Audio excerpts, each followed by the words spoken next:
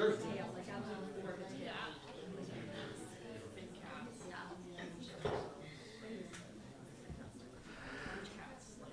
evening, everyone. Welcome to CFTA, Center for Talking Arts. Storytelling night tonight. It's an open mic. We've got about 10 sign-ups so far. There are some people here just to watch, and that's fine. But if you'd like to change your mind and come up during the night and sign up, you could probably have a space for you on stage as well. So we have your host tonight, as always. Please welcome Mike DERBECKER.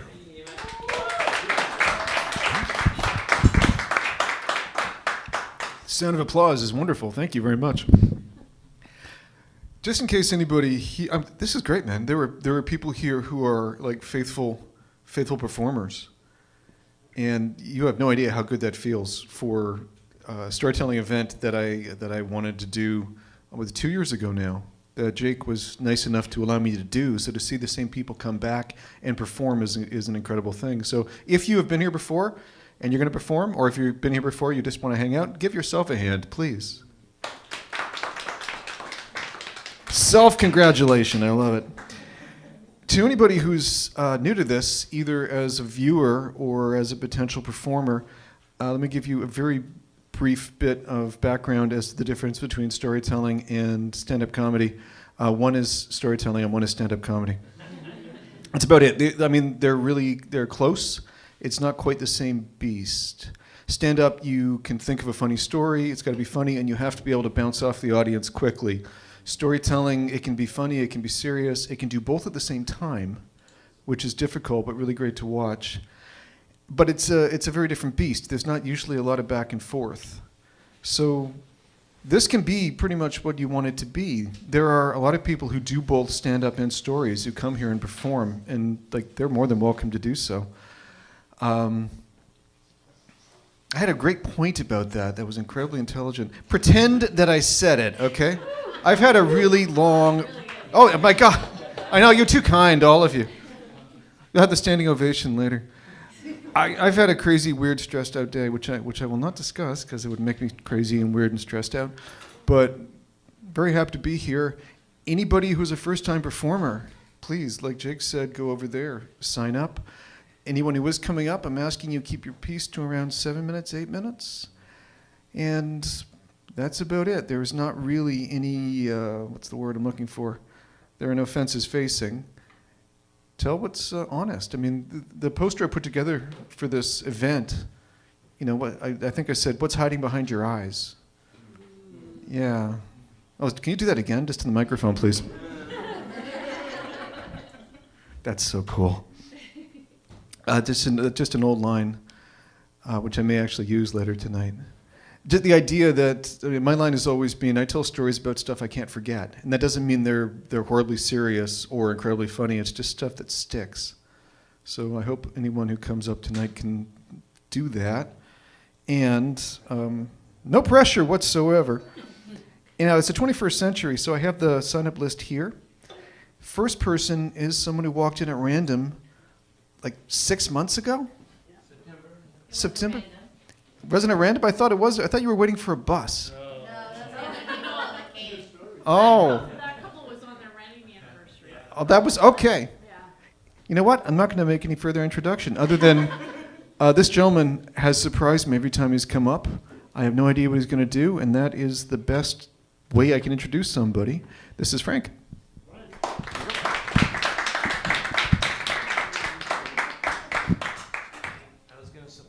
And give him a kiss. I'm married. You're married? You can kiss Andy. So I'm glad. Oh, you got to talk into that thing. I'm glad to see some familiar faces. In case you don't recognize me, I did shave off my beard. Someone told me I was looking homeless, and the Hamilton police kept putting me on a bus to Brantford. Doesn't get any better than that. So, about 3 years ago, my family. So I'm 67. I look back at my life and things that I didn't necessarily think were funny. I look at it a little differently, and I'm hoping you'll agree with me that some of them are funny. So about 3 years ago, my doctor retired, and this is mandatory for people on stage. You have to adjust this thing. The doctor retired, and he handpicked a replacement, and she wanted to do a general checkup of her patients. So I went to see her, and I'm in her office, and she walks in, and she's about 18 years old, and 4'8", and she said, "You can call me Dr. Wendy. Most people can't pronounce my last name." So I'm good. I'm okay with that. And everything was good. She's one of those doctors that diagnoses off of a laptop. She barely makes eye contact, or certainly no hands-on. She said, "Come back in a year."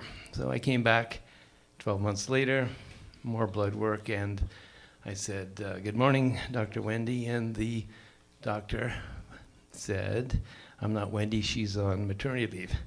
And I'm thinking to myself, are they cloning doctors these days?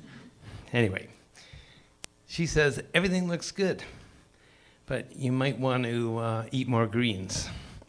And I'm thinking in my head, I haven't had green peas in about 5 years. I love green peas. And I just blurted out, "I haven't had a pea in 5 years." So she gets up and walks to the waiting room door, opens it, and says, "Head for the hills. Those who can't swim hang from the chandeliers." And that's not a true story. But it's a good segue, because my talk tonight is about peeing. So, my point about not knowing what the hell this man's going to talk about. So bear with me. If anyone else here is old enough to remember your elementary school washrooms, men's washrooms, boys' washrooms, the urinals started about 4 foot off the ground, and they went right down and about a foot onto the floor. And when you flushed them, it was like Niagara Falls. But nowadays, the urinals resemble motorcycle helmets. And if you've ever been in a public washroom, you would notice that men are not that accurate. So the floor is always wet. And I have a theory. I don't think men are pigs, but I have this theory that most men can have a good arc when they start peeing, but eventually it drops off, and they miss the urinal. So everyone ends up standing a little bit farther back. And something I've noticed that I believe does make men pigs. They throw things in the urinals. They throw gum, and don't they realize that someone has to pick that stuff out? Forget about the gum. It's hard and it has no flavor. But they also throw cigarette butts in the urinals, and it takes about 4 days for those to dry out. So I have 3 boys, and when they were very young, we would go to a public washroom, and I would hold them up, and they would pee into the urinals, and I would steer them. And we called that flying pee.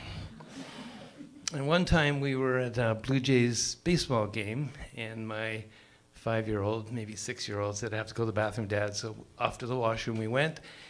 And lo and behold, the Blue Jays built a concrete step to the urinals. And no one thought about lowering the urinals. They just made this step. And my son says, "Look, Dad, I can do this."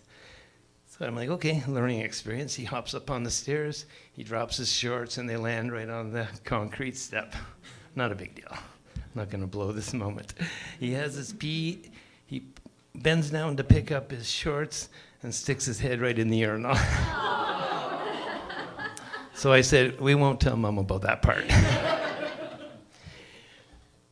I don't know if you have been to a Buffalo Bills game. They are building a new stadium, but in the old stadium, they, in the men's washroom, they actually have a trough. So you have to pick the spot on the trough where it's the right height for you. And the people above you, it runs right past you. And I think, yeah, it's true. And I think at the far end, they have a Budweiser distillery. Maybe not. My best friend, university roommate from many years ago, he moved to Japan, and he married a beautiful Japanese woman, and he had 2 beautiful daughters. They renovated a home there, and he put a urinal in his ensuite. And when his daughters came to Canada, they said, "Where's your urinal, Frank?" They thought all North Americans had urinals in their bathrooms. Anyway, maybe moving on from the urinal story. Does everyone here know who Barbra Streisand is? Yeah. A Star is Born. Well, I don't know if it's true or not, but I heard that when she was on tour, she brought her own toilet with her. Can you imagine the arrogance of having your own plumber and installing your toilet in every hotel room? I mean, a seat maybe, but the whole toilet. And that reminds me, I'm not retired yet. I am a renovations contractor, and one house I was working in, they had 5 bathrooms, so 5 toilets, and it's customary to do a walkthrough with the homeowners at the end of a project. So we did the full walkthrough, and the woman of the house said, "Are we done now? Are all the contractors done in the house?" And we agreed, we're all done. She says, "Good, fine. I want all these toilets changed. I'm not using a toilet that some contractor has pissed in." That's a true story. So I'm okay with that. I change all 5 toilets, and of course I had a pee in every one. I have one more short little story to share with you. I did work on the Toronto-Hamilton-Buffalo Railway. It's now the Pacific, bought out by Pacific Railway, but we called it the To Hell and Back. And back then, the trains had cabooses. Everybody know what a caboose is? They're gone now, but the cabooses had washrooms in them, and they flushed right on the track. And I mean, there was a time when all trains did that, but of course they don't anymore, or they quit a long time ago. But I think airplanes still flush into the air. I'm convinced of it, because if you ever flush a toilet and you hear that suction, and they're not sucking it down, they're letting it go. So does anybody here use the in-flight trackers? That's the airplane that flies across your screen and tells you where you are. So if I'm flying to the Caribbean or somewhere south and I'm crossing over the United States, I time my bathroom visit for when I'm over Washington. And I give it a good flush. Thank you very much for listening to me.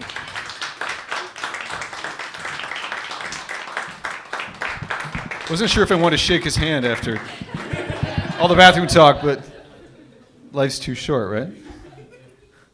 Thank you for proving my point. I never have any idea what the hell you're going to talk about. I got to stand up straight. I just realized I watch videos of these, and I always look like I slouch, because everything's about... And everybody here needed to know that I'm afraid I'm slouching, so you're welcome, I suppose. The next person who is coming up, I've introduced in the past. We have a slight connection. She came from a part of Ontario that my dad grew up in, and it seems like such an unlikely place to come from. I was immediately bonded to her, thinking, "Oh God, you've been there? No one comes from there. How the hell how'd you get here? Or you're so lucky." And she's also a very gifted storyteller. That's all I can tell you about her. This is Shelley.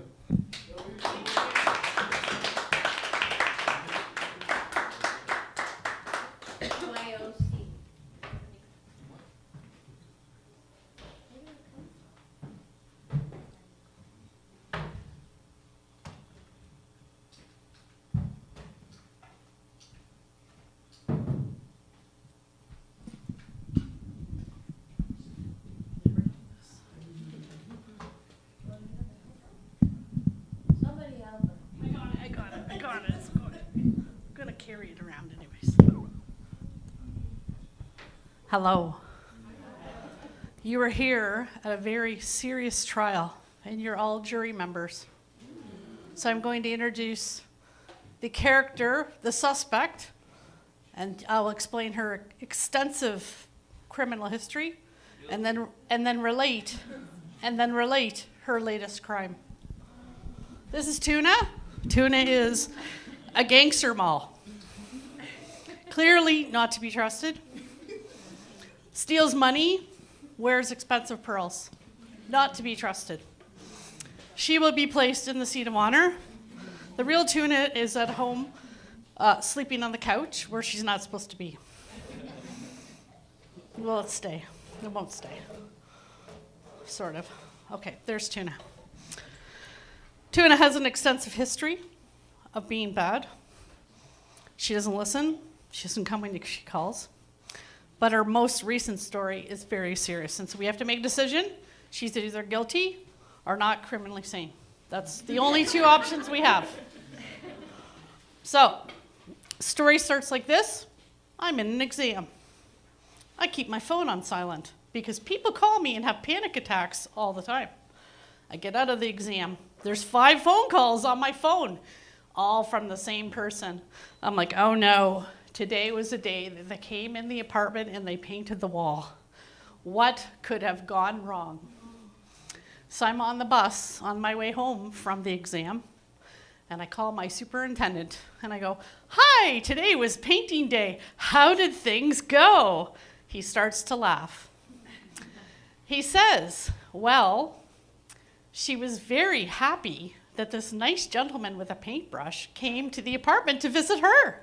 And she would not let him paint the wall because she really needed hugs and kisses, because apparently no one hugs and kisses her at all.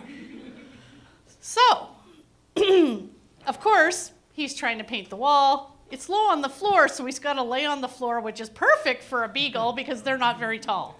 So she was like, I'll help you. Well, she helped so much, she stamped on the lid of the paint can. So then the superintendent, who was also in my apartment, chased my dog with the painter guy all over my apartment while she had white paint on her paws. So, anyways, I told them, backup plan, because she doesn't listen. She's quite often running down the hall and not coming back. I said, there's treats. There's a treat bin. Get the treats down. Bribe her. She will do anything for treats. They bribe her with the treats. They get the paint off her paws. They clean up the white paint. Everything's copacetic. Except, I also live with a Siamese. And the Siamese was very annoyed that everyone was paying attention to that stupid fluffy dog with floppy ears. So she went over to the treat bin and she went, boom, and knocked it all over the floor, and then she just walked away because how dare you play with the dog and not play with me? And so my landlord picked up all the treats on the floor. I don't know why, because I would have just left it. And they left after painting the wall. And he says, I don't think we did a very good job. I said, who cares? We all survived. That's all that matters, right? So I get home, and of course, during the whole conversation, he's laughing. He laughs at the beginning. He laughs at the end. He laughs in the middle. Every time he sees her now on the elevator, he starts to laugh again because they chased her for 20 minutes. It's only a 600 square foot apartment. I don't know where she was running, but she was running everywhere, probably on the balcony and who knows.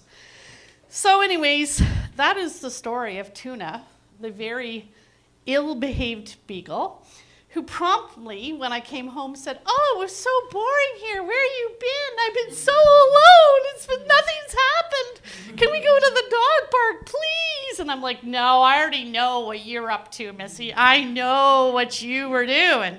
So, audience, jury, what is she? Is she still a criminal?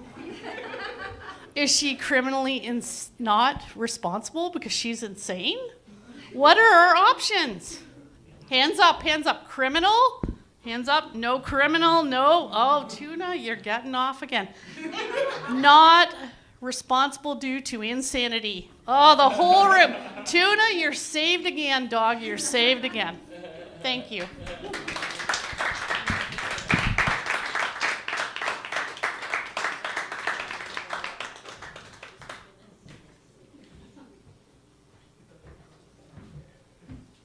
Can we hear one more time for Shelley, please? Sorry, Shelley and Tuna. Someone's got to ask the obvious question. Why Tuna, of all names? She's a rescue, and that's the name she came with. Tuna? Okay, fair enough. Every animal I've ever had that I've rescued that didn't have a dumb, dorky name, I kept the name, which is why I had a cat named Good French for 18 years. We have a black cat named Balboa, Yeah, same thing. It happened. which I don't think is named after the city in Panama, but after Rocky, because his ears are freaky. He had been astray. He had mites in his ears. So when they took the mites out, the cartilage collapsed. So he's a sweet cat, except he's got these freaky, weird ears. So I applaud the name. Thank you. I applaud the name Tuna. And thank you for the exploits. The next person who's coming up leads a far more interesting life than mine, which like a lot of people do that, but like way more interesting. Anybody here? Who here has seen Eamon before? Yeah. You're going to see him again. His timing is outstanding. His life is absolutely fascinating. And I'm going to shut up and let him come up. Eamon.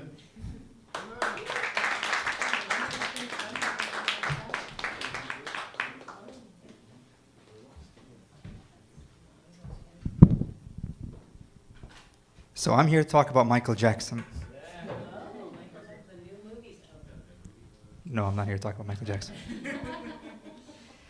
I'm here to talk about what Mike just preluded. If some of you do not know, earlier last month, I got on a plane and went to Morocco to run 270 kilometers in the desert over there.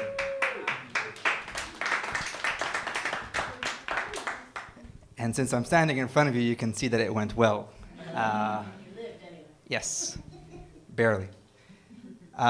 So, 1,500 people signed up for this race. 1,430 showed up. 1,350 crossed the finish line. 85 people dropped out. 1 person died. Well, he had a heart attack on day 3, and he died of complications later on. But for those who finished, comes the glory of saying that they finished the legendary edition of Marathon des Sables, which is usually just 250 kilometers. That's what I do now. Whenever I mention any distance, I say just. Because the way they had the days divided was that on day 1, you ran just 35 kilometers. On day 2, you ran just 40 kilometers. On day 3, you ran just 29. On day 4, you had to run 100 kilometers. Now, they are not gluttons for punishment. You did have the option of sleeping at the checkpoints 8, 9, and 10. So 70, 80, and 90 kilometers into the race. And you had until the next day to finish. I am a Taurus. I am stubborn. It took me 22 hours to finish that, and that is continuous movement. So we were up at 3 a.m.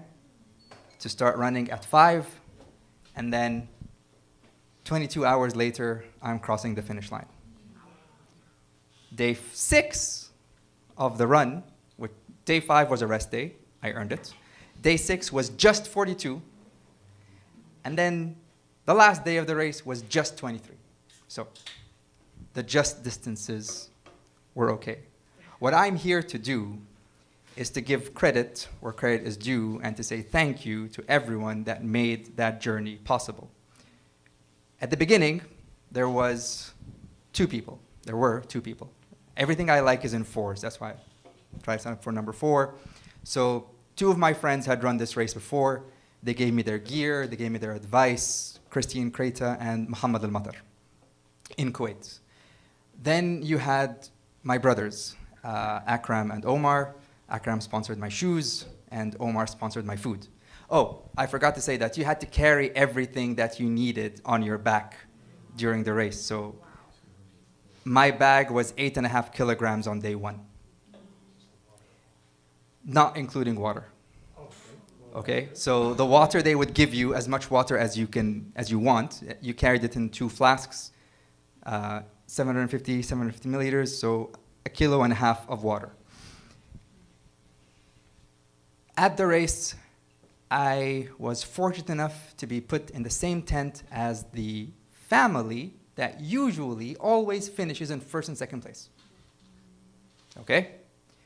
There was also a third person with us, and he's the first person I want to thank, and his name was Muhammad Hasbawi.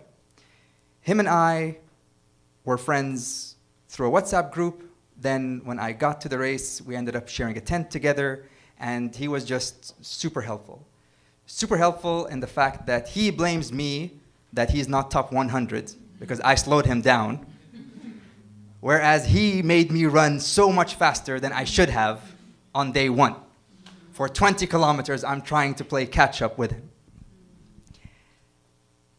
Second on the list is a person named Ayman, aptly, Jordanian, who was one of the helpers, the volunteers at the race. And he's my namesake. So we instantly bonded when we were running. And he became a habitual face that I see at every checkpoint. And I would just run towards him. And he'd give me water, give me motivation, encouragement. They had a lot of volunteers on the course. And I'll never forget that one of them, when I crossed him, he was like, "You're amazing. Know that, you're just amazing." And I felt so, oh, he saw me climbing up the dune. He knows that I put in so much effort. And then he goes to the person behind me, and he says the exact same thing.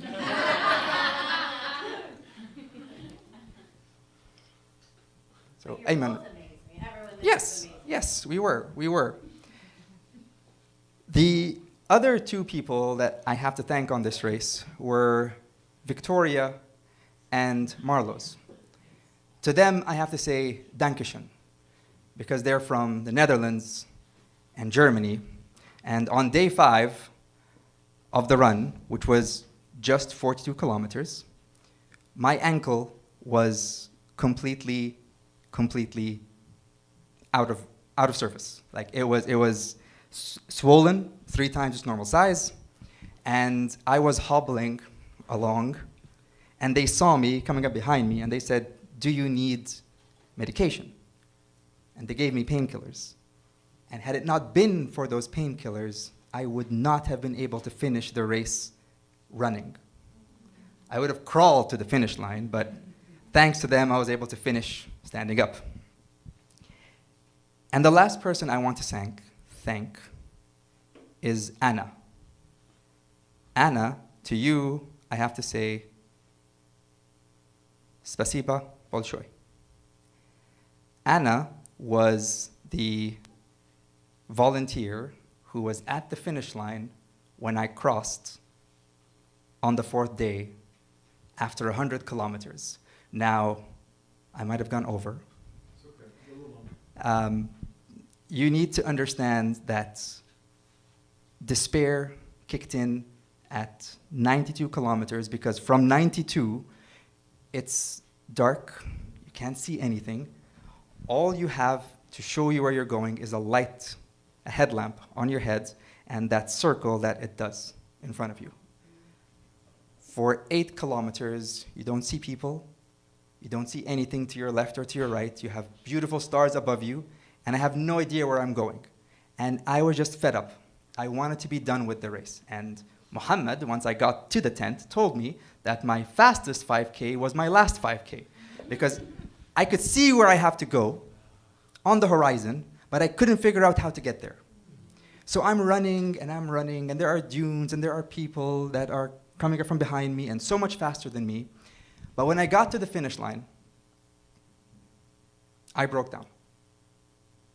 I broke down and I sat on a chair that Anna took me to. And she told me to take off my bag, which I'd been carrying for 22 hours, on my shoulders. There's a picture that I will post to Instagram after this. And Anna was just the sweetest person. She sat me down. She said, "Do you want me to get you water?" And she just let me have my moments. She let me break down at the finish line. And that's why, Anna, I have to say, spasiba, bolshoi. Thank you so much. And because of that, I can say,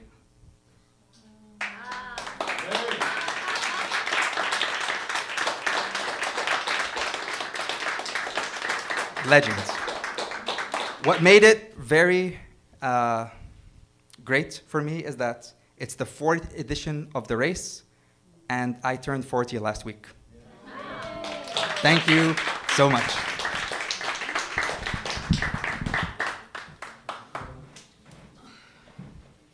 For obvious reasons, one more time for Eamon.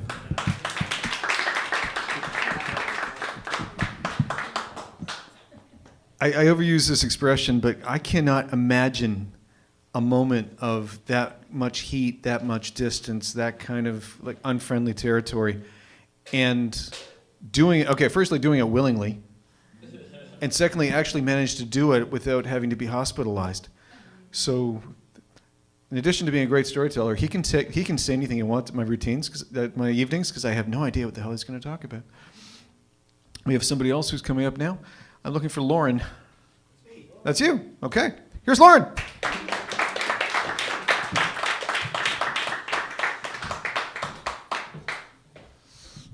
Hi, everyone. My name is Lauren Steffen, and I'm a recovering stand-up comic. Storytelling open mics are my methadone. They take the edge off, but I don't get so high. The comedy scene, I don't know, some of you may know this, it's toxic. I'm just so sick of the negativity, the conspiracy theories, the anti-vax agenda, the amateurishness, the casual racism, misogyny, heterosexism, Islamophobia, anti-Semitism, the ostentatious display of white privilege, white male privilege. I just don't like the person I become when I do stand-up. So I've been transitioning away from stand-up towards what I now realize has been my lifelong dream, which is motivational speaking and life coaching. Yeah. Plus storytelling. Plus storytelling. So I've been helping others, helping other people, trying to help other people find their purpose and become the best version of themselves that they can be, or at least to get out of stand-up comedy. Eamon talked about finishing standing up, but I don't recommend that. So I'm gonna give you a bit of my motivational speech, my motivational talk.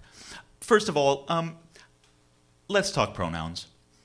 As a motivational speaker and life coach, my preferred pronoun is you. It's not about people. It's not about him or her. It's not about them. It's about you. I mean, not you, Frank. Not you individually. I mean you in the plural. You in the plural. Y'all. Really, yeah, y'all. Really, it's about us. Really, it's about us. But you know, not so long ago, I was a much more selfish person. My preferred pronoun was me. Yeah, and even worse, my most preferred pronoun were the first person possessive pronouns. Take that delicious looking beer, for example. That's what I would do. I would just take it. That's mine. Gimme, mine. First person possessive pronouns. But not anymore. Not anymore. I'm growing. Today I'm a different person, and tonight is an open bar. It's an open bar, right? Oh God, that's. It's important to have goals. It's important to have goals in life. Like if you want to motivate yourself, you need to, running a giant, insane marathon is a pretty impressive goal. Like that's a goal. I don't think you just woke. I don't think you just did that and decided to do that the day before. Yeah, that's a goal to work towards. So you've got to have goals. I for one have been working on my bucket list. I don't know does anyone have a bucket list? Does anyone feel comfortable sharing an item on their bucket list? Yeah. Oh, okay. That was on your bucket list. Okay. Sure. Yeah. I've gone in a bit of a different direction. The first item on my bucket list is a mop bucket. I really could use a mop bucket. I own a mop. I do own a mop, but without the bucket, it is very, very limited. It's so hard. How can you wring it out? Without the mop bucket, you can't wring it out. And I don't know if you've done this, but if you've ever tried to use a mop out of a sink or a bathtub, it's so disgusting. Oh, you have to just clean the thing then. Oh, I need that mop bucket. Number 2, ice bucket. That'd be really handy. Keep my drinks. Keep my drinks. Yeah. Keep my drinks cold. One of those.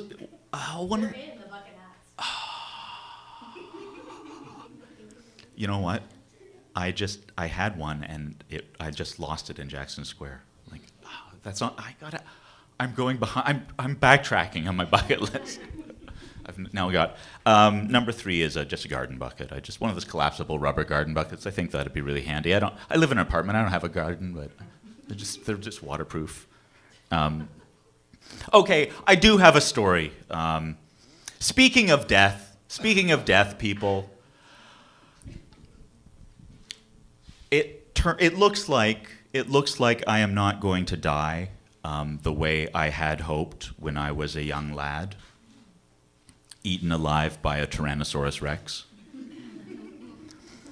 It turns out that my T-Rex, she just loves me too much. She loves me too much. She'll eat other people. Oh, she will eat other people, but she won't eat me. And you know what? It's given me the will to live. It's motivated me to want to live. Unfortunately, the authorities are starting to ask questions about all the missing people. But happily, my number 2 choice for death is riding a Tyrannosaurus Rex on some kind of rampage. So, in this life, you can't always get what you want, but sometimes you just might find you get what you need. Thank you very much, everyone. My name is Lauren Stephan. Thank you, everybody. One more time for Lauren.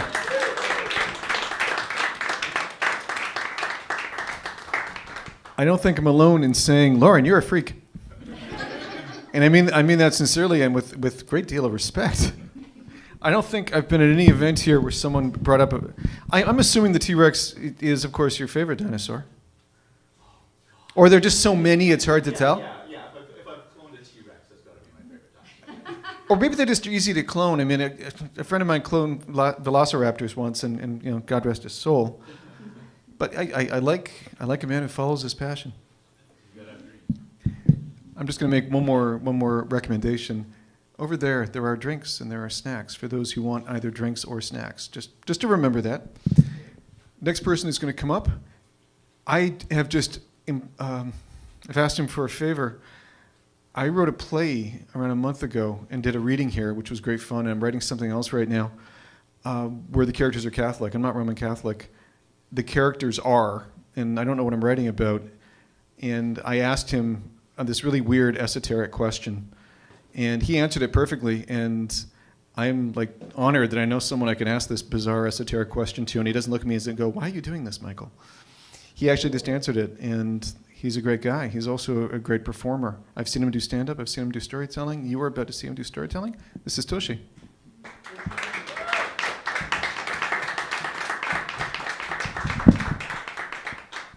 Hi. I'm actually really anxious tonight because this is not the kind of stories I usually tell on stage. Please don't expect any laughs, really. I've been robbed at gunpoint twice in my life. Both times were by the Nigerian police. No, sorry, I'm not trying to be funny tonight, actually. Nigerian. Yeah. So, this particular story, it took place on the 30th of June, 2018. So, my friends had just hosted like a farewell dinner for me because I came back from my law school internship and I was going back to school the next week. So there were like 8 of us, 2 were ladies, and they were lodged in a hotel. So we took them back to their hotels. And on our way out, we were like still trying to figure out how to spend the rest of the night. It was around 11 p.m.-ish. Of course, guys being guys, some wanted to club. It was a Saturday night, I remember. A couple of us wanted to club, maybe get lucky and have a one-night stand at the end of the night. But as we were discussing, 2 police vans pulled right in front of us. And at first I thought we were being kidnapped or something, or we were about to be robbed by armed robbers. But then I saw like the post and Nigerian police, and I was like, okay, maybe they would search us and let us go.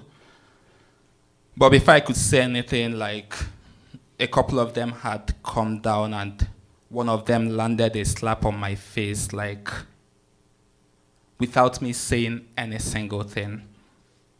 And I was like, what the fuck, bro? Like, what did I do to you to deserve this? And he slapped me again for talking. And so I continued talking. And he continued slapping, and at some point, yeah, for context, I had like a lot of drinks. This is how I, yeah, this is not how I talk when I'm on alcohol, and that night I had like a lot more. I wish I knew what was about to happen. I would have drank a bit less, I guess. So we were all like put on this van. First off, the guy was like, I could shoot all of you here and claim that we are trying to rob an ATM machine and no one would talk about it tomorrow. He was wrong on that front for sure, because all of us had someone who could like speak for us. That much I was sure of. And my friends were begging me like, bro, just stay calm so we can like get through this like without fighting or anything. But I wasn't listening. And so we got to the police station, got into the reception or whatever, and I kept talking. So at some point there were like 2 of them like beating me up at the same time, and I kept talking. And for some reason, that particular night I felt like, okay, I would rather you killed me here than this insult that you are giving me. Like, I couldn't imagine myself being in that particular position. And then God had sent this other lesser evil in the form of a female police officer. And she was like, Tochi. She didn't call my name. They wouldn't know your name. So, but she was like, even if you want to die, you don't have the right to make that decision for your friends. Which made sense. So at that point, I like shut up. And then they divided us into a group of 2 or 3, and then put us in 2 different cells and said that the next day we were like gonna bail ourselves out or something. And that was where like the alcohol started clearing from my head, because, bro, I swear you don't want to experience a Nigerian cell. I swear to God. Like, Jake, how many square meters is this place? 500 square feet. Okay, and it should have like not more than 45 people in it, I guess, right? As per the law. Okay, this room, like the cell was about this big, if I remember correctly, and it had at least 200 people. I'm not joking. Like, you wouldn't be able to roll around without touching the next guy. And then you are, like, when you are welcomed in with a slap. I'm not even joking. Like, you are supposed to get 3 slaps at night, but I was tipsy, so I was like, okay, at least the slaps wouldn't hurt, because the ones outside didn't hurt. But then the first slap came. Like, when you are slapped by someone who has been in a cell for like 2 years of their lives, like, it hits different. Like, it's all bones on their hand. So the first slap removed like some set of alcohol from my brain. Second slap removed the second one, and by the third slap I shouted, like, so I knew I had to like find a way around that cell. And then I saw a guy that was like the maybe he was like the cheerleader or something. I remember he was wearing this sagged trouser, and beautiful guy, like, by the look of it. And then I noticed that no one was harassing him, because he was like friends with the top guys, and I figured maybe those guys were, I don't want to say it, fucking him or something. But I was like, that sounds like a fairer option right now. I might not be as handsome as he is, but I would find like another stuff to trade for this thing, because I'm not getting slapped again here. We managed to sleep, and then the next day they woke us up with prayers and another set of slap. But when that slap started, I was like, fuck, no. So I went to the top guy. I'm so sorry. Like, I didn't know how long this was gonna last. So I went to like the president. So each of these cells would have like a group of executives.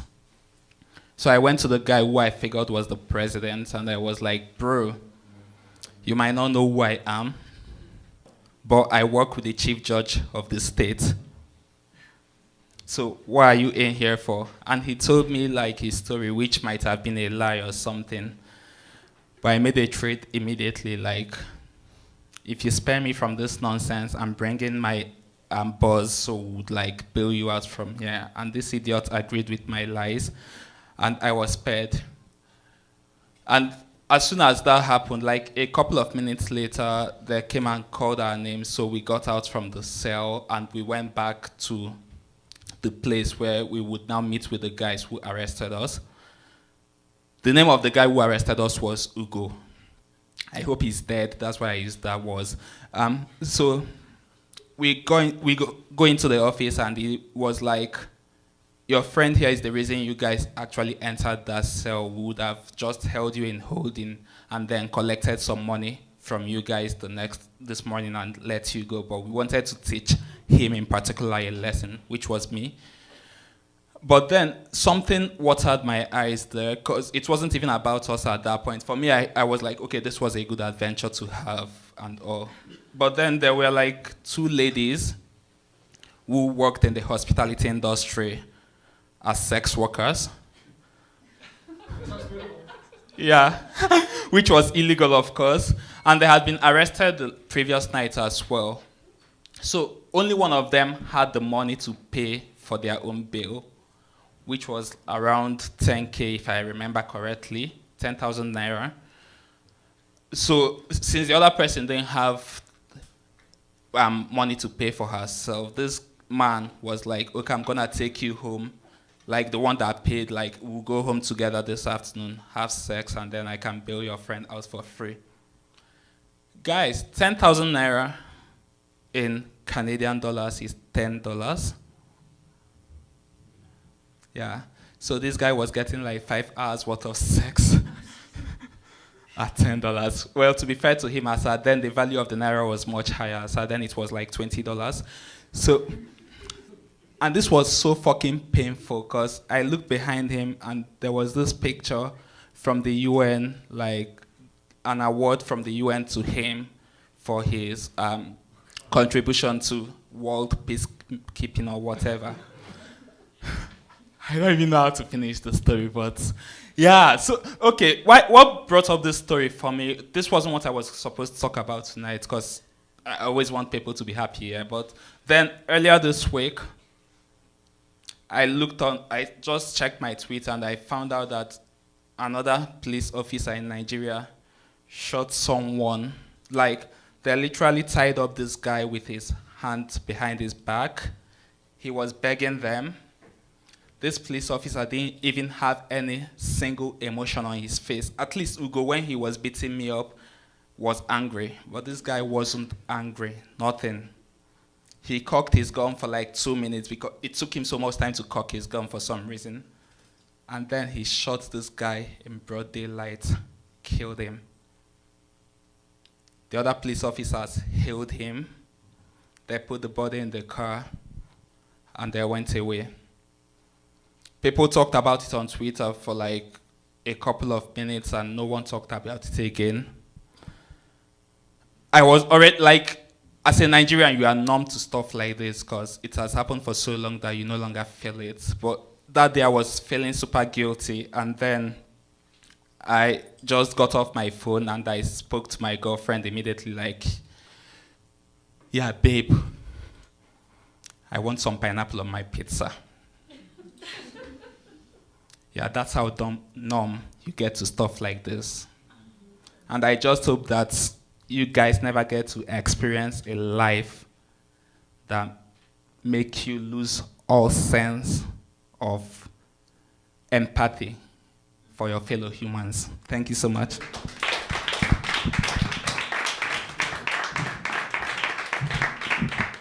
Ladies and gentlemen, Toshi.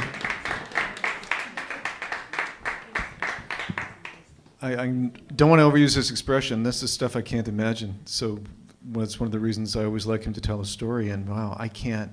There's no aspect of that story I could ever relate to. I can feel it. I couldn't relate to it. I also definitely could not relate to ever slapping you because you're a big guy. I don't think it would end very well for me. I think you're a nice enough guy, but I don't want to risk it. So there you go. We have Amy next. I have no introduction. Amy.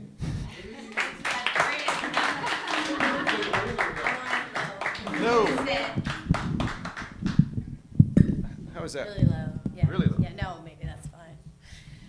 All right. That was really kind of sad. Tochi usually tells funny stories. That even had a bit of a funny tone, but it really wasn't funny. I think this is too low. This is for a baby. What did you give me a microphone for a baby? Yeah, I don't judge. I know. It's okay. All right.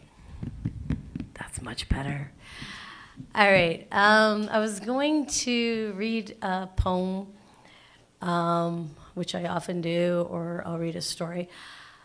The poem has a story that needs to go with the poem. I'm not sure if I can tell the story without crying. So if I start crying, then I start crying. When my son was 10 years old, he lost his vision. I have 3 children, and I would always say how lucky I was because they were all healthy, and I would think, you know what, I'm just lucky. Like, everybody's healthy, I have a job, I live in Canada, it's just by geography, I ended up being lucky, like, I feel lucky. And the luckiness made me feel very grateful. And then, and I would always, you know, oh, I'm lucky I live here because if I lived in Afghanistan, I wouldn't be able to go to school. I always just grew up thinking that I felt very lucky. Like, I didn't win the lottery, nothing. But I just felt like I should be grateful. I can walk. I have, hearing. And I would see things and I thought, well, I'm lucky I have a home.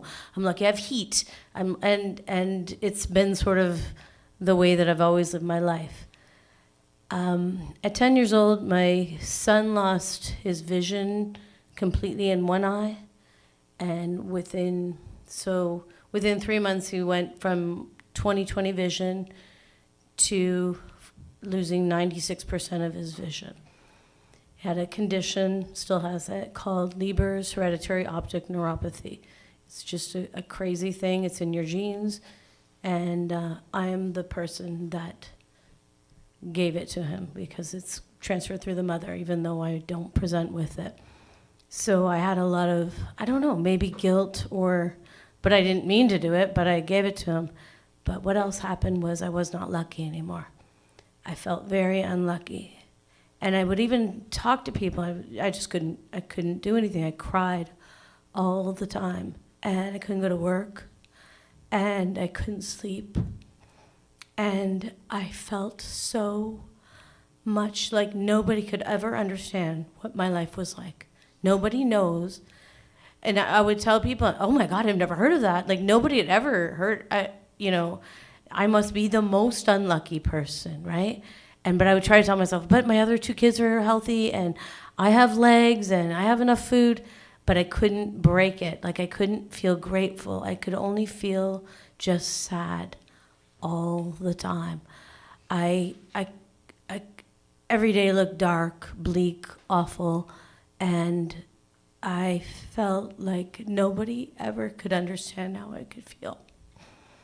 And what was going to happen to him? Like, how could this be that is he going to fall down the stairs? Is he going to, what will my new, unlucky, shitty life look like? Because up until then, I was lucky. And then I had to start going to 1 million doctor's appointments. And if I wasn't lucky all of a sudden, because I got in there and there would be people that had children in wheelchairs that couldn't swallow their own saliva, that their head was cocked to one side, and they were also blind. And that's why I happened to be there at the doctor. And everybody seemed to be worse than I was and worse than my son was, and I started to think about all the reasons why I was lucky again. The thing that happened to me that I remember the most, and the message that I want to say, is that I started to recognize everybody who had disabilities everywhere I went. And I realized that I never looked at people. I was trained from a very early age that if you saw somebody that was in a wheelchair, somebody that was in any way disabled, avert your eyes. Don't look at them, because that would be rude. And why is it rude to look at people in the face? And I just started to think about it. I was like, why am I not looking at these people? Like, this is weird. And I started to realize that I would look at you, but if I saw somebody in a wheelchair, I should turn, because that would somehow be meaning that I'm staring at them or something. But I wasn't staring. I was just looking at their faces. And the main thing that happened was that I started to realize that people needed help. And I'd never asked people if they needed help, because I felt like it would make them feel funny, or it would be making everybody look at them and making them feel bad that they can't see, or that they're in a wheelchair or something. And I thought, well, they know they can't see, or they know they're in a wheelchair. So do you know those people that are at the grocery store and they're in, what do you call the cart that is like a wheelchair, but it's, come on, help me, guys. Motorized cart. Rascal.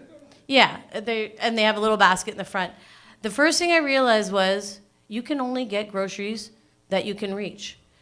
So I said right away, every time I see somebody there, I'm going to ask them, is there something you wish you could get up higher and you can't reach it? Everybody says yes. So do that, okay? Everybody. If you see somebody that is low and they can't reach stuff, say, do you wish you could have those? Like, is there anything you would like that you can't see? And every time I see somebody, they always say, yeah, I would like those crackers up there if you don't mind.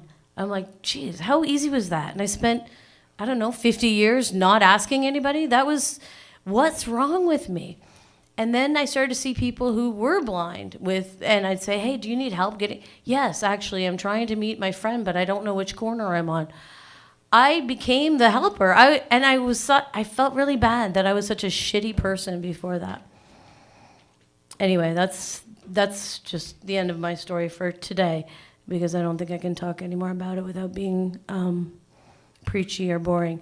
I'm going to read my poem that I wrote, and it's very depressing. But I don't feel so depressed anymore, and I'm better. I'm not perfect. And you never will be. That's the thing. When something happens, you're never as lucky as you once were. The poem is called The Seasons of Blindness. The first winter was the darkest, the coldest, the ground was brown, trees so bare, the sky the bleakest bleak. Huna healer, can read your mind. The first spring held no hope. Rain filled the day, the mud changed to dirt. Huna healer says to create distance between me and worry. The first summer I did not laugh. The sun was too hot, the days all the same. Huna healer says to ask the forces to wrap their metaphysical arms around him. The first fall had no colors. There was a chill that ate my bones. Each day was shorter than the next.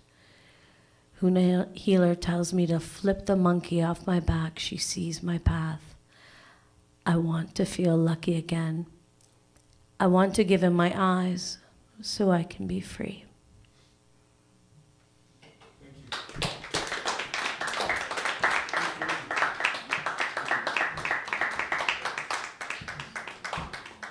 So one more time, please, Raymond.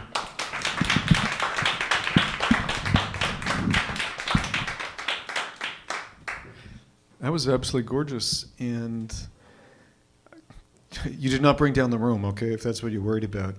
It's just kind of a different angle. You did two things that hit me. I mean, I've got two sons, one of which is autistic, and it is hard to take care of a child on the spectrum. He has, in general, always been treated very well by the outside world, but you're always watching for something. So I understand that. And you said something about you're wary about looking someone in the eye. I always heard the opposite of that. My mother at one point, when I was a kid, I was maybe 11 or 12 years old, was doing some therapy with a woman who had had 3 kids. On the birth of her third child, she had an embolism. So she successfully gave birth to her daughter, but had this horrible stroke and was in very, very bad shape. And physiotherapy required around 6 or 7 people kind of moving her in different angles. I was called in to help on very short notice because someone couldn't go. And I was a 12-year-old boy. I don't know what I'm doing. My mother and the nurse in question pulled me aside and said, we will tell you what to do. You'll hold her leg, you'll hold her arm, whatever we tell you. Stare directly into her eyes. She can't speak to you, but she likes eye contact. If she says anything, she makes a noise, stare into her eyes. And I never forgot that everyone was very careful about that. So your first instinct might be not to do such a thing, but I think you did the right thing. So that was beautiful. Thank you very much for telling it.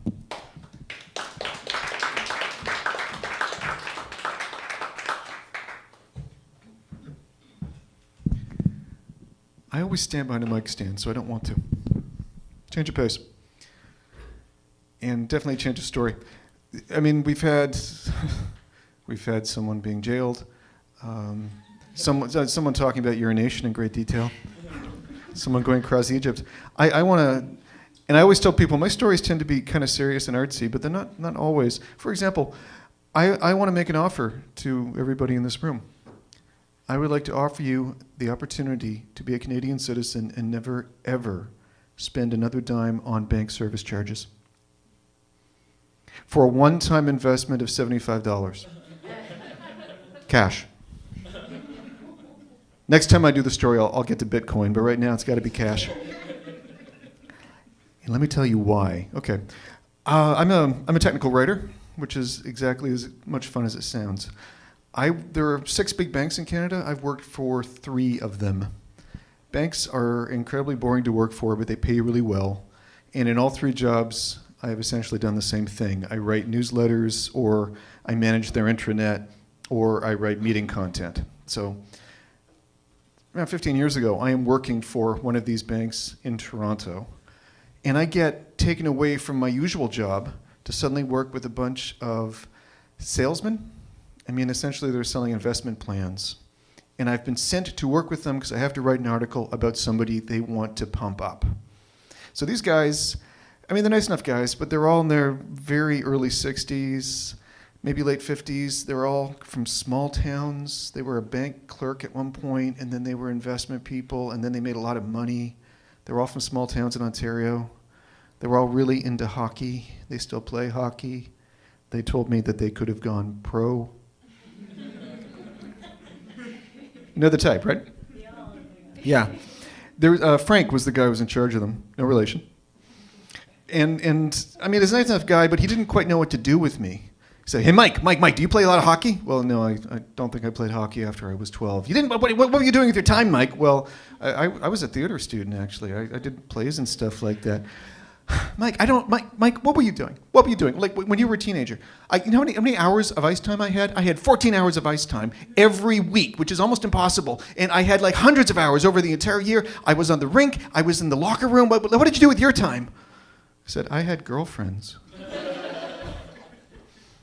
That did shut him up. They have dragged me into this coterie of an investment banking salesman to write about one dude, a genuinely decent guy. The guy's name was Mr. Babenco. He was Brazilian. I think his family came from Portugal originally. He was one of these guys. He was a teller in Toronto, and every bit of money he made, he would put like 15% into the community. And he did this over 50 years. He started a community center. He started a newsletter. He donated his own money to get people into university. And he was retiring, so they want me to write an article about him. I meet the guy, and he teaches me the only words I know in Portuguese, which is, bom dia, você português? Which means, good day, are you Portuguese? Do you speak Portuguese? Okay, it might come in handy someday. I talked to him for an hour, and he tells me about these incredible philanthropic things he's done. By the end of it, I'm in tears. I mean, I think, you are such a wonderful human being. So I write this great article about him, and they want to have a retirement party. But it's a bank, so they don't want to spend any money on it. Because if you actually have a lunch and you invite everybody in this guy's bank, and then everybody who tells them what to do, it's going to be like $10,000 for a lunch. So they don't want to do this. They want to have a cost-conscious morale event. So it's a coffee break. They're going to bring him in with some people from the Portuguese community, and they're going to give him a present. They're not going to actually have a party, but it's a bank. They want to give him something very expensive. So they're giving him a watch, $17,000. I don't have anything to do with this. I don't think he even wants it, but hey, I'm just there. I'm writing the articles. I'm going to take pictures at the party. And I'm actually in a room. I didn't take part in the call, but I was in the room when they were pointing out this watch. They're buying it from a Swiss website, which is legitimate. It's a Swiss jeweler. And on the website, it's got pictures of, this is the France, this is the Belgium, this is the Spain. Since these guys are original, we're going to give him the Portugal. Beautiful handmade timepiece, $17,000. And I'm in the room when Frank is on the phone talking to our marketing department saying, okay, we're going to send you the website. We're buying Mr. Babenco. We want the Portuguese, okay? The first picture you see, it's going to be like the French model. No, we don't want that. We want the Portuguese. We want the Portuguese model. Yeah, okay. And here's the thing. See, this bank has its main office in Toronto for tax reasons. But the marketing department is in Montreal for tax reasons, and then the marketing department gets that information and talks to accounting to pay for it, which is in Alberta. So literally and figuratively, no one quite speaks each other's language, and this is a problem. So around 3 months later, the watch is apparently in town, and they're going to have the party, and I'm there to take photos of the party. I have nothing to do with this other than taking photos and writing about it. I wrote a nice piece for Mr. Babenco, and I had it translated into Portuguese. So I'm standing around as they're setting up the event, the coffee break. And it's crazy because the food's not there and the executives who were supposed to show up are late. And I don't think they have the watch. I mean, this woman from the marketing department showed up from Montreal and she's got this weird little toolbox with her. And they think the watch is in the toolbox, but she speaks French. It's Toronto. And a few people speak French, but they've all told me the same thing. They've said, we talked to her accent is weird, and what she says does not make sense. So they're sending people running up and down this office tower trying to find anybody from Quebec, because maybe she's speaking Joal, it's got this weird accent or something. And I have nothing to do with this. I'm just standing around watching the chaos and watching this woman, because she is stunning. I mean, she is impossibly beautiful. But she's got these incredible features that contradict themselves. I mean, she's got this sweet, round baby face, but she's got these incredibly high, sexy cheekbones at the same time. And her eyes are very sleepy, bedroom eyes, but they get really wide when they look at you. She is thin, but she's really curvy. Her clothes are simple. They hang off of her perfectly, and her skin tone is, it's like a really pale, smooth olive complexion. Like, it's not Mediterranean, but it's like she's from the south of France or Spain or something like that. And I'm staring at this woman thinking, why the hell do you work for a bank? My God, you could be a model. Model. And I had this really bad feeling. So I went up to her, and I used the one phrase I got from Mr. Babenko, and I said, bom dia, você português? And she looks at me and goes, si. E você português? And I say, excuse me. And I go to find Frank to explain to him the marketing department did not send us the Portuguese model. They sent us a Portuguese model.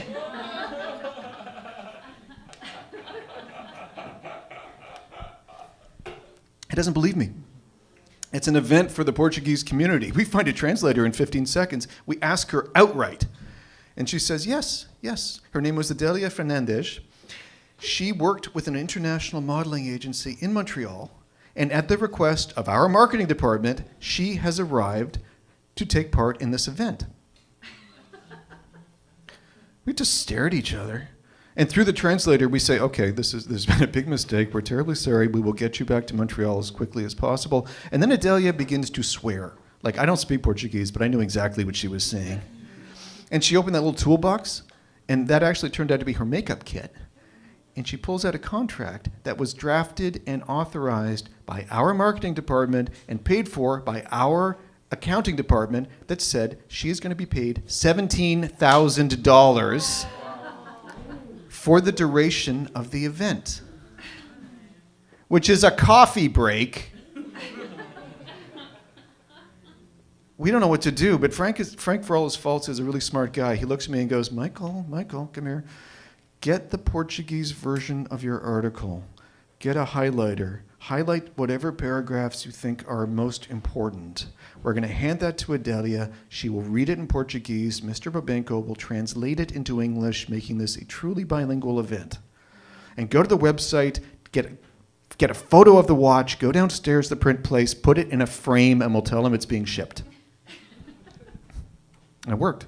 I mean, the event went over beautifully. I mean, it was actually, I wrote a really nice piece about this dude. So by the end of it, Mr. Babenko is standing there, and there are tears of joy running down his cheeks. And Adelia is standing there, tears of joy running down her cheeks, because she's just cleared $17,000 for 11 and a half minutes work. And they still have to buy him the watch. So this is now a $34,000 cost-conscious morale event. Somebody got fired. It wasn't me. I don't know. But I'm bringing this up this evening because this is where you can all save money. See, I don't work for that bank anymore, but I'm still a customer. So every so often I'll get a bank statement, and there will be this ridiculous service charge. I'll walk into the bank, and I'll say, I don't want to have to pay this. And there's always a new manager, and they sit me down. They go, okay, well, Mr. DERBECKER, it looks like you used to work for us. You understand the importance of containing costs. And I'll say, containing costs? Yeah. I was at the $34,000 coffee break around 15 years ago. I'm going to go on Twitter and use your bank's hashtag and tell everybody about this event. And then they reverse the charges. So here's the deal. Anybody out there, you give me $75 cash, I will give you the name of the bank. Blackmail him yourself. Thank you very much.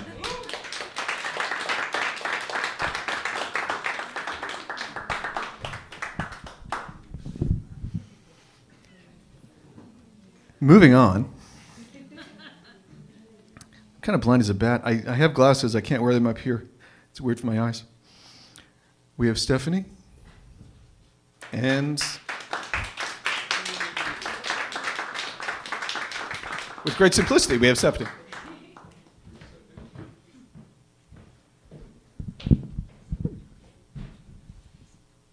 Hello, everyone. So this is my first time here. I decided I was going to come about 2 hours ago. Wasn't sure if I was going to speak, so bear with me. To give you a bit of context, my professional role deals very much in generative AI, which I think has meant that I've started to set some very hard boundaries for what I do in my personal life, and actively seeking out opportunities to connect more with people and to do creative things. So this is one of those things. Yeah, so I will launch into my story. So I am a mother, and I think mothers are known for repeating stories, and I've found myself doing the same, and I stopped myself from doing so.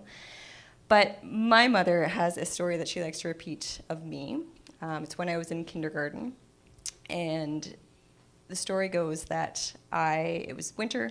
I had a pair of gloves that I needed help with, but I didn't want to ask for help, so instead I followed my teacher to the teacher's lounge, and I just stood outside and I waited until somebody noticed me and helped me. And all of this happened without me having to say a word. To say I was shy would be an understatement. It would seem out of character that in grade 3, I decided to compete to say my school speech in front of the whole school. But I don't think what people realized was that it was very different from just kind of the day-to-day speaking in front of people. It was a chance to prepare what I was going to say and then speak those words. It wasn't so much about what I would have to say, but saying the right things. And so later that year, I had the opportunity then to try out for the school play. Had similar appeal. I knew what I was going to be saying in front of people. And so things were going along fine until grade 7, when the school decided to do a musical, which I feel like is a whole new layer of vulnerability when you're singing in front of somebody. It's not just what you're saying, it's how you're saying it that's being judged. And so after lip syncing through my audition, I wasn't surprised that I didn't make it. For most of my life, the number of people who have heard me sing, I could count on one hand. I think it's with some degree of irony that I married a professional singer and somebody who is very musically inclined. So my husband, Martin, he sings, he conducts a choir now, he used to play the French horn, and he shares his voice with people quite happily. When this was pre-COVID, Martin was commuting into Toronto, and this was when our son was born, so he would leave in the mornings at around 7 a.m. and he would come home around 7 p.m. So I found myself at home with a newborn for about 12 hours a day, which, if you've ever had a young child, is a very long time. If you throw in a bit of postpartum depression, some debilitating anxiety, it's honestly a wonder that I made it through some of the days. I found myself starting to sing. And I would pace around the dining room table, holding Nicholas, and we would be singing. When he was staring at his toys, I was singing. And these were the songs that my mom had actually sung to me when I was a kid. And shortly before Nicholas's first birthday, he ended up in the hospital. And he had some pretty severe secondary burns, having poured a hot mug of tea on himself. If you ever stood over a hospital bed, especially if your child that's in it, you feel completely powerless. And in that moment, one of the nurses suggested that we sing to him, because Martin was there as well. And so at that point, I had no compunctions about singing in front of anybody, and I started to kind of work my way through my regular repertoire. And finally, one of the nurses cajoled Martin to join along, and so we started singing together, and our voices combined, and it felt really powerful to be trying to do something to console our child and to help him feel better. And I think that was really a turning point, and made me realize how much I enjoyed singing, and having deprived myself of something that I enjoy because of my perception of how others perceived that how they might react to it. And I still haven't gone through the trial by fire that is karaoke, although that's on my bucket list. But I'm no longer, the thought of singing in front of people no longer terrifies me. And just wanted to share that with you all tonight, and to end with this quote from The Greatest Showman. I'm not scared to be seen. I make no apologies. This is me.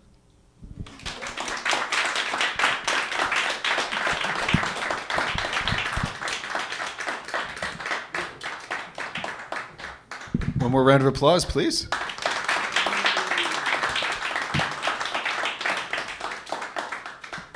I respect the hell out of anyone who can sing in public. I apparently have a passable voice, but I can never hear myself. I never knew if I was, when I was in choirs, I never knew if I was sharp or flat. So I lost interest early. Someone who actually wants to do it and has the guts to do it, bravo. Incredibly done. Or yeah, I love it. We have 3 more people left. And one more time, if anybody wants a beer or some pizza or something along those lines, right over here. The person I'm going to introduce, I do not want to introduce the same way I have every other time, but I have to just touch on it. I've known this gentleman for around 30 years in 2 different professions. We performed in the same place in Toronto once or twice, and he's come in this evening to be here, and I'm always honored when he does. This is Brian Terrio.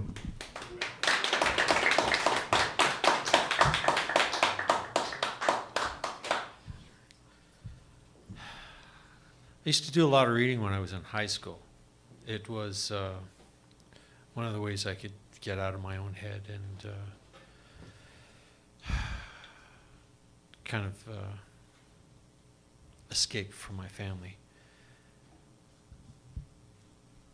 I ended up gravitating towards science fiction, and I read a lot of that stuff. And I didn't realize how much philosophy that was involved in these stories until much later, when I started reading a little bit more varied.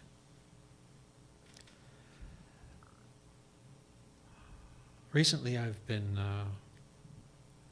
watching a Twitch streamer by the name of Hassan Piker, and he brought up a concept recently which I've heard mirrored in the press. It's called social murder. I was intrigued enough to look it up. It was first coined by Friedrich Engel in 1845. He was doing a review of the hardships of the workers in England. The idea is that society is a machine. That everything that happens in society is generated by that machine. That it's no accident when things happen. So when you end up having children not being able to read when they graduate from high school, it's because that's what the machine wants.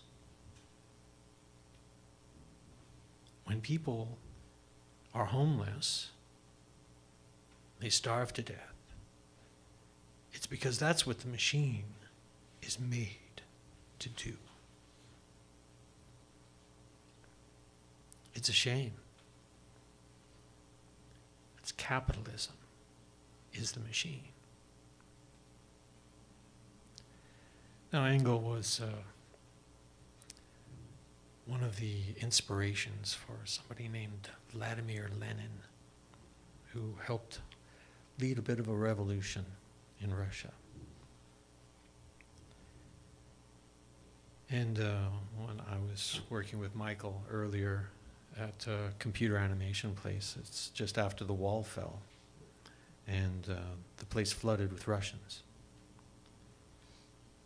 They all seemed really happy to be here,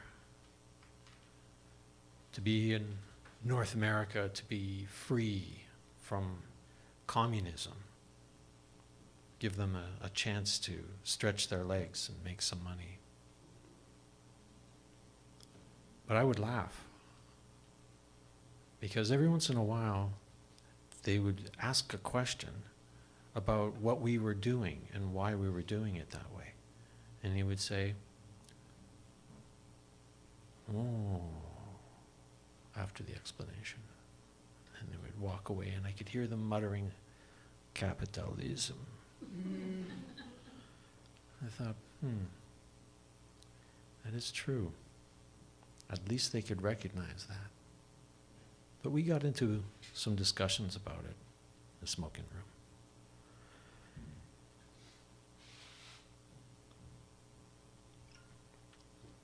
The bad guys won the Cold War. Not the good guys. The good guys were for everybody. The good guys wanted everybody to succeed. They wanted everybody to get an education, to get a house, to get a place to live, give some meaning to their life through work. Those were the good guys. They didn't make you fuck over the person next to you so that you could get more money than them, and they would end up on the street and you would end up in a house.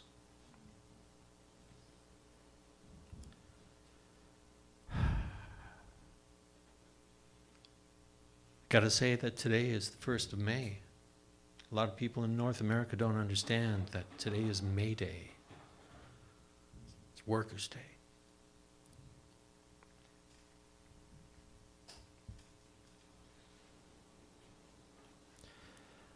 Well, just want you all to know, keep this in your heads if you remember anything about this.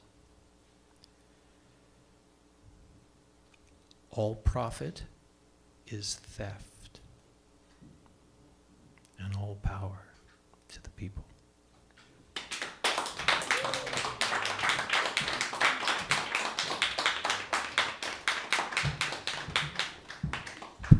My 30-year-old,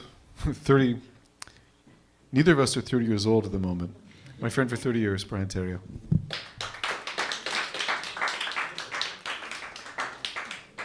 Just as a quick aside, the Russians we worked with, who to a man were pretty decent guys, had a sense of humor that was dark to an extent that you couldn't believe.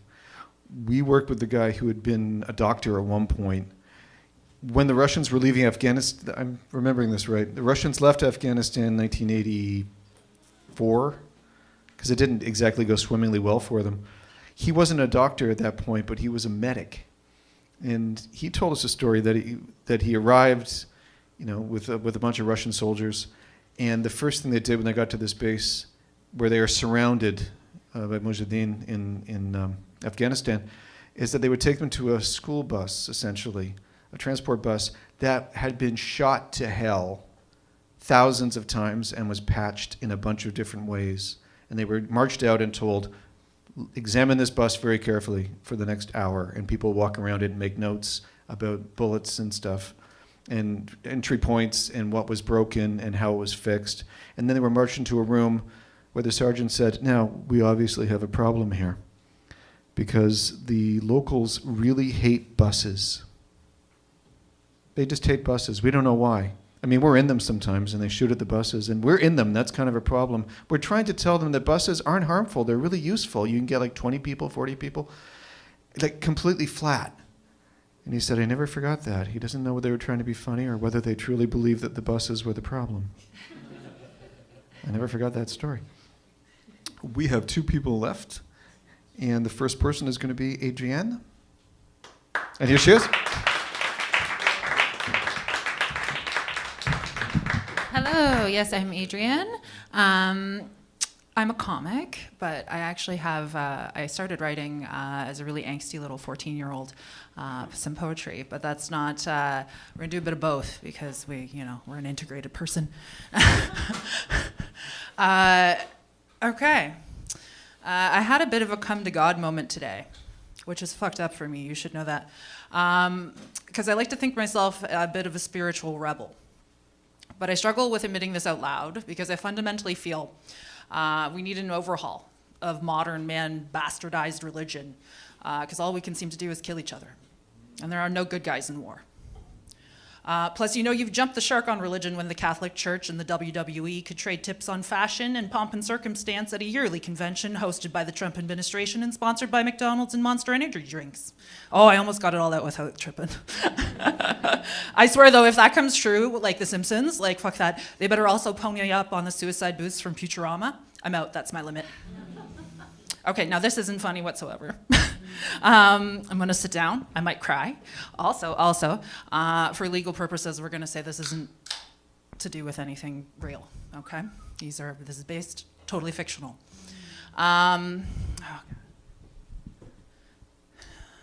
You say I owe you. You say I owe you, but I could never put into one poem all the pain you caused me. You say I owe you, but I have so many memories of all the nights I stared at the handles on my closets, the irritating off-centered 11 they made, knowing you were drunk, high, God knows where.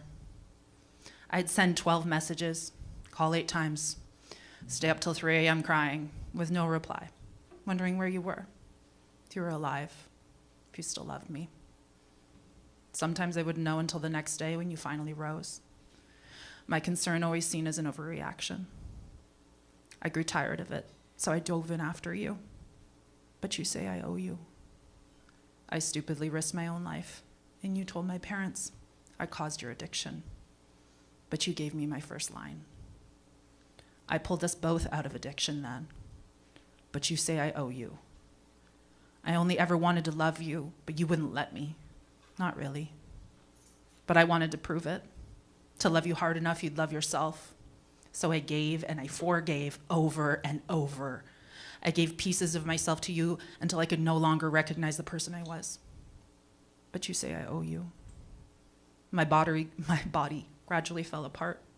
Cryptic messages from doctors fell silent on my autistic ears in the moment. I would say everything was fine at home because you were just struggling, privately, of course. I wouldn't want to hurt your reputation by telling people the truth. So I kept it to myself. And I lost my place. I swallowed the abuse until it burst violently. I came back to apologize, of course. All good girls do. I was horrified. How could I be such a monster? You delighted in twisting the story, calling all the attention to my reaction while ignoring its roots. But nevertheless, you said you forgave me and wanted to be friends. I was relieved. Maybe I misjudged you. Perhaps it was me the whole time. But see, that voice is exactly the voice you wanted me to hear. So I'd forget everything that happened before, so you could save me. That's why you say I owe you. But I slept for 2 weeks once you were finally gone, because my body has never known exhaustion like this. But you say I owe you. You proved over and over that you'd do anything to maintain control over me. And I foolishly saw that as love. You say I owe you, but you took advantage of me at my most vulnerable. Always strategic. After all, you'd had plenty experience getting me to do what you wanted. Why would this be different? You took the end and you made it the whole story. But your abuse started at the beginning. It just took the whole time for me to see that. But you say I still owe you. But would I still owe you if I had let you have your way with me that night at the end of your bed? When I cried and said I couldn't pay you back. So you decided I owed you. You only stopped when you heard my sobs. If only I could have controlled my emotions. Maybe then you wouldn't say I owe you. So now I choose me. I choose peace. Because hate is not conquered with control. It is fundamentally only touched by love. So you say I owe you, and I say you owe yourself. I say you owe it to yourself to learn how to love you, but it can't be with me, because I learned how to protect my peace and move with love. It's a cycle. Thank you.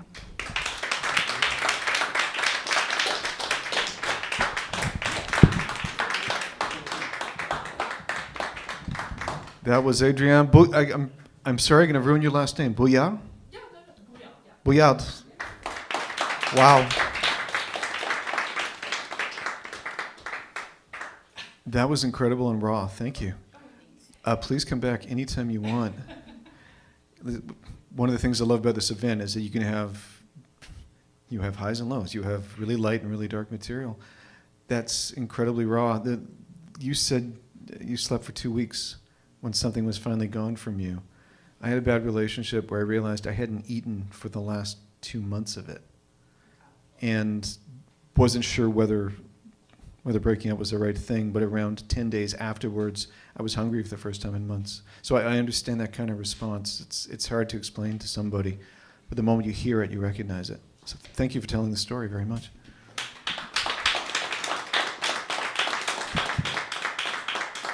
And we are our last performer. And I know absolutely nothing about them, but hey, this is that kind of night. This is Yuba, please.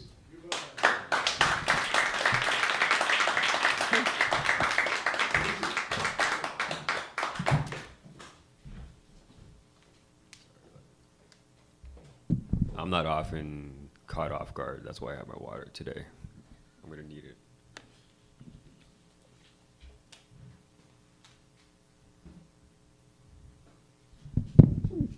I'm going to have a seat. I don't normally. I look rough right now, man. I don't know. It's my first time here doing story time. Not my first time here, because I'm normally here for the comedy. It's a very different crowd. I mean, I wasn't here all night. Honestly, I walked in late. I wasn't going to come. And so I came to support and just watch story time. And then my friend Tochi there, he's like, "You gonna go up?" I was like, "Nah, I just came to watch." He's like, "Oh, you should go up, write your name." And so I'm like, "All right, I'll come up."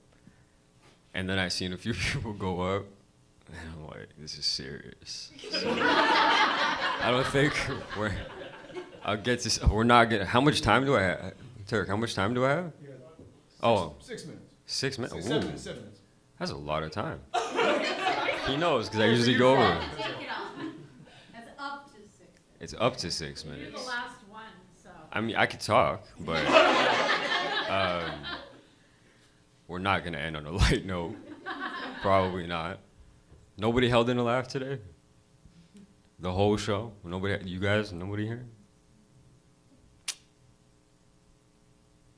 When you said any type of profit, I just paid $2 for some water, man. Will that $2 pay for the rent on this place? I don't think so. He's not making a profit from that. Damn, it's good.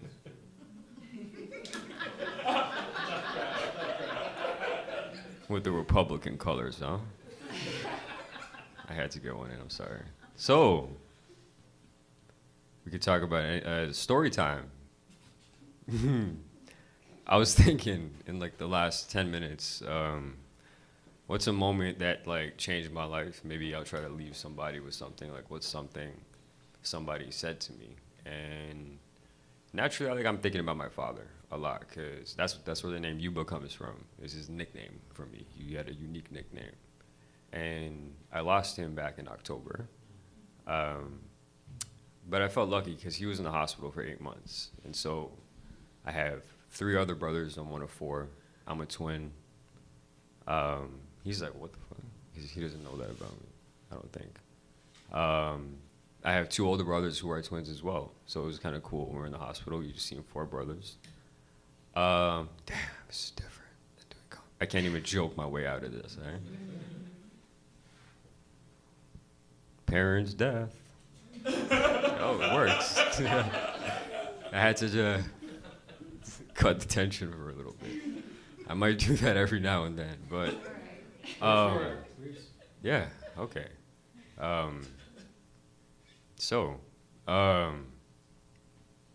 tell you a story about what made me want to tell stories and think about stories, because like I feel like only a story can make sense of it.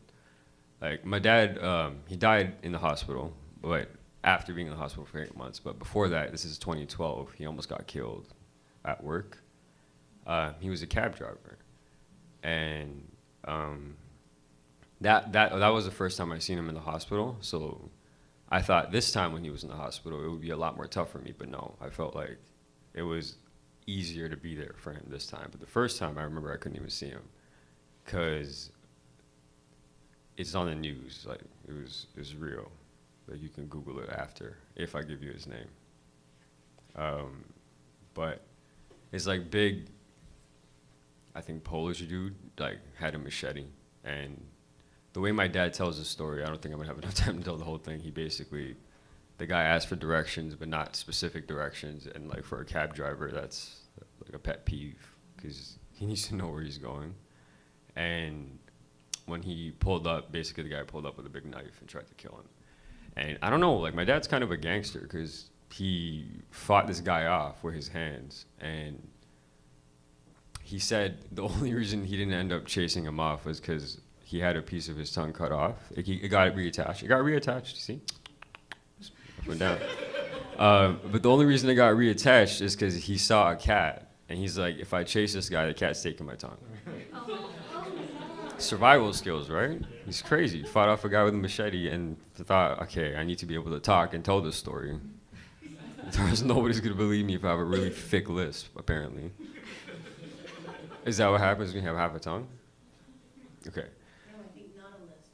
Yeah, okay. Whatever the opposite of a lisp is. Yes. A pills, whatever, right? Okay, so I can't believe I actually figured that out without. Yeah. Okay. It's trying to work my way out of it. You see the serious stuff? And so that's like something that happened to him at work. You know, he just went back to work after that. Like my dad was the type of guy who, like, he would always fly around because like I'm Eritrean and like he was raised in Ethiopia, so he's always flying between. I have family everywhere, and I always will pick him up from the airport. And I remember he would just kind of come home, grab his work bag, and just go straight to work. And I was like, Dad, just go to sleep. He's like, no, I slept in the plane. He was just a very efficient man, right? And the thing he kept telling me when he was in the hospital this time was, he was like, Yuba, sleep, sleep, sleep. Like only to me specifically, because he knew I wasn't sleeping for whatever reason. And I think that's because he knew he didn't sleep enough in his life, right? And there was one thing he said to me in the hospital. And this was like late in his life.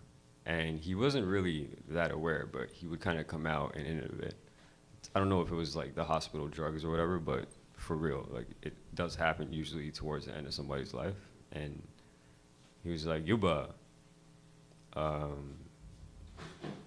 miss my work. And I was like, wow. First of all, I'm here alone to hear this. Like I have 3 brothers, right? And he hit me with that, and I was just like, I feel like I want to be known as anything else in this life. After that moment, I was like, I could be known as anything, but the last thing I want to be known as is not a hardworking man, right? Dead serious, right? And so I've been working 7 days a week and doing comedy at night. Like I might not be working on the weekends anymore. Like it's taking a toll because I keep remembering his words, sleep. As you guys can see, I'm not really sleeping. Swear. Like, average 3-4 hours, like just because, and it's not good, and I know. And so I'm trying to figure out the lights because I always get, can I get a time check just because? How about 3 more minutes? 3 more minutes? Okay. Sure. That's normally as long as a whole set. Here. So I'll just try to. Stories are different. Stories got a different pattern. Yeah. Okay. That was kind of the gist of it. So yeah, him saying that to me really changed my life, because I just was like, I buckled down and just kind of went at it hard, right? And But that's not really the greatest thing because I feel like I'm losing my balance. And that's why I keep replaying the words sleep, sleep, sleep in my head. And because when you work all the time and like you keep digging into everything you do, you lose relationships, right? Like you jeopardize things that are more important than overworking yourself, right? And one thing I do remember about my dad is that he overworked himself for sure because he didn't sleep enough. And maybe that was his message to me. So I'm not gonna try and forget that, you know. Maybe the next time I show up here, you'll see me with like no eye bags, maybe. 8 hours in a perfect world. Yeah, I know. Okay, I said I wasn't gonna end this on a light note. I don't know if I should take it darker. You guys want to hear like the type of person he was? Like when? Okay, I'll tell you about how he made me find out Santa Claus was fake. Okay. I don't know. Let's see. Shit. Well, let me tell you about how my dad made me figure out, and him, how Santa Claus is fake. I was raised in Toronto. I came from Niagara Falls because that's where I work now, and I went to school out at Brock. So I'm like always passing by Hamilton, but until I started doing comedy, I didn't come and see like dope places like this. And this is the place I feel most comfortable. So back to the story, because I probably have a minute left. We were at Jane and Finch Mall in Toronto, and he was like, "Go ask Santa Claus for anything." I said, "You said anything?" I said, "Okay, I'm a very specific person." So I remember sitting on Santa Claus' lap in Jane and Finch Mall, and I said to him, he said, "Ask me for," I said, "Anything?" And he said, "Yeah, anything." I said, "Okay, I want the Pillsbury Doughboy." You know the Pillsbury Doughboy, the guy you could poke? I said, "I want that guy. I want him as a friend to poke his belly." And he's like, "Sure." And I said, "Okay." I woke up on Christmas morning. I'm Muslim, by the way, so I don't even celebrate Christmas. But he was clever. And so I woke up that day, no Pillsbury Doughboy, clearly. And after that, I was like, "Santa Claus, you're fake." Especially, at least the ones in the malls. So, yeah. I don't know about the pole, the North Pole, man. That's my time.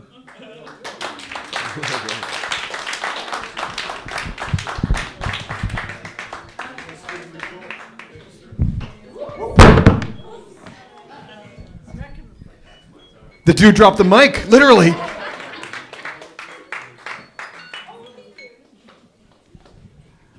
That was fascinating, man. Come back anytime if you want to tell a story. I haven't seen your stand-up, but you must be amazing. One more time for Yuba, please.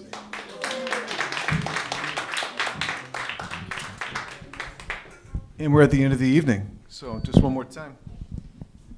It says fighting with a microphone. Thank you, everybody who has come out to perform and who's come here just to watch. It's always an honor, man. I've been doing this for almost 2 years now. Thank you again to Jake, who is the founder of The Feast. Allows me to do this. He deserves an applause, please.